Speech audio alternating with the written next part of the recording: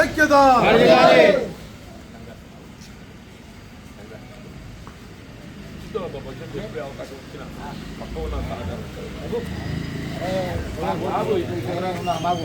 గరీబులో 5,000 అవసరం ఉంటే బాబు auto driver కాకపోతే 94లో 170 లైసెన్స్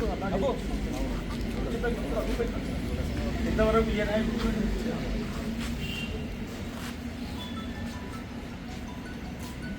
రాబోయే రోజుల్లో మనకు చేయరు సార్.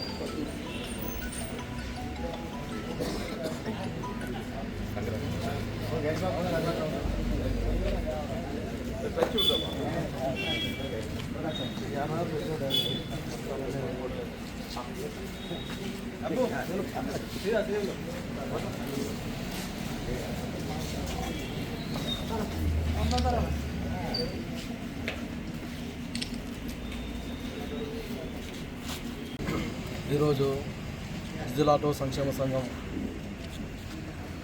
అధ్యక్షునిగా నన్ను అత్యధిక మెజార్టీతో గెలిపించినటువంటి నా తోటి కార్మిక సోదరులందరికీ శుభాభివందనాలు. మరియు ఈరోజు చెప్పాలంటే ఆటో కార్మికులు స్వయం ఉపాధి సొంతగా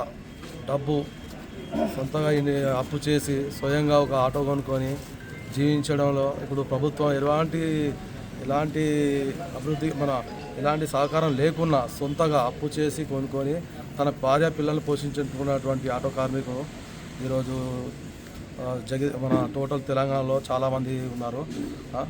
మరి చెప్పాలంటే ఆటో కార్మికునికి ఎలాంటి ఉపాధి అనేది ప్రభుత్వం నుంచి అందలేకపోతుంది. మరి అంతేకాకుండా ఇప్పుడు ఉచిత బస్సు పెట్టారు సార్, మనకు చాలా బాగుంది, మా పిల్లలు కూడా వెళ్తున్నారు. కానీ మరి మా ఆటో కార్మికులు మరి అదే ఆటో మీదనే ఫైనాన్స్ తీసుకొని నడుపుకుందామని చెప్పి జీవిస్తామని చెప్పి అనుకున్నారు.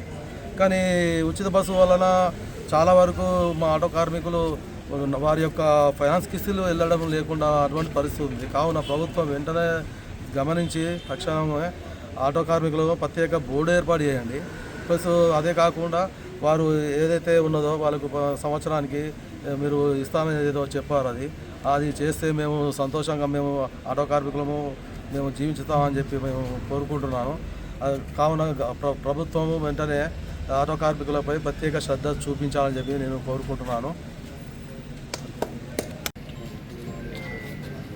ఈరోజు జగిత్యాల జిల్లా కేంద్రానికి సంబంధించి డీజిల్ ఆటో యూనియన్ అధ్యక్షుడు ఏదైతుందో మిత్రుడు దేవర శ్రీనివాస్ గారు గెలవటం అంటే వారికి నిజంగా కూడా నేను హృదయపూర్వకంగా అభినందిస్తున్నాను.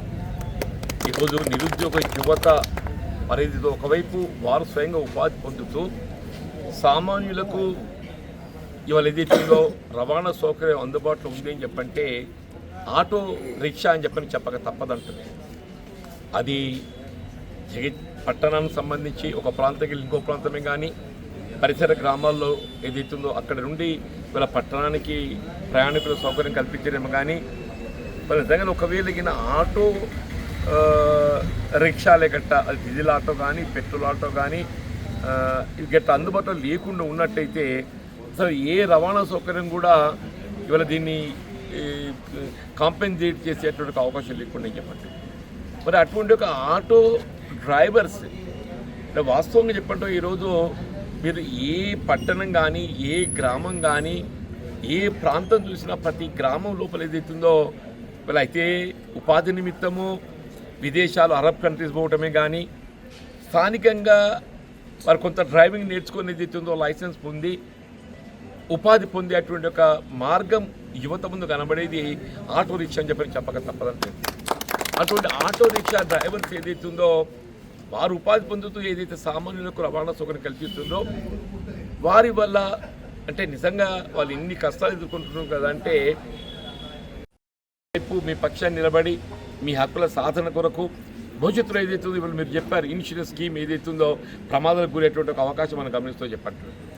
ఆ ప్రమాదాలకు గురయ్యేటువంటి ఒక కార్మికులకు ఏదైతుందో వారికి ఒక కుటుంబానికి కనీసం ఒక 10 లక్షల రూపాయల ఆర్థిక సహాయం అందింపజేయగలిగినట్టయితే వారి పిల్లలకు ఒక ఆత్మస్థైర్యం లభిస్తుందని చెప్పండి. అటువంటి ఒక కార్యక్రమాన్ని అమలు చేయాలని చెప్పంటున్నాను. అందరూ ఒక ఇంటర్వ్యూ చేసే ఒక కార్యక్రమాన్ని అమలు చేయాలని చెప్పంటున్నాను. వారికి ఉచిత హెల్త్ కార్డ్స్ ఇప్పించాలంటున్నారు. రాజీవ్ ఆరోగ్యతో పాటుగా ఉచిత హెల్త్ మీరు ప్రభుత్వ ఉద్యోగస్తులకు ఎట్లయితే హెల్త్ కార్డ్స్ ఇస్తామని చెప్పంటున్నారో ఈ డ్రైవర్స్ అందరికి కూడా హెల్త్ కార్డ్స్ ఇవ్వాలని చెప్పంటారు. హెల్త్ కార్డ్స్ ఇచ్చి మనకు ఉచితంగా వైద్య సేవలు కల్పించేసే ఒక ప్రయత్నం చేయాలని చెప్పంటున్నాం. మరి పిల్లలకి ఏదైతే చదువుకోవడానికి విద్యా సౌకర్యం కల్పించాలని చెప్పంటున్నాం. తప్పకుండా ఏదైతుందో ఇలా ఆటో కార్మికుల సంక్షేమానికి సంబంధించి ఎప్పుడు మీకు తోడుగా ఉండడం జరుగుతుందని చెప్పంటున్నా. ముఖ్యంగా దావర శ్రీనివాసే నాకు సోదరుడిగా ఏదైతుందో నా ప్రజా జీవితంలో నాకు అండగా నిలుస్తున్నటువంటి వాళ్ళని చెప్పండి. మరి ఆయనకు లభించినట్టు మొట్టమొదటి రాజకీయ పదవి అనంటే రాజకీయ పదవి అనే దానికంటే ఒక విధమైన బాధ్యత సేవ అని చెప్పంటారు.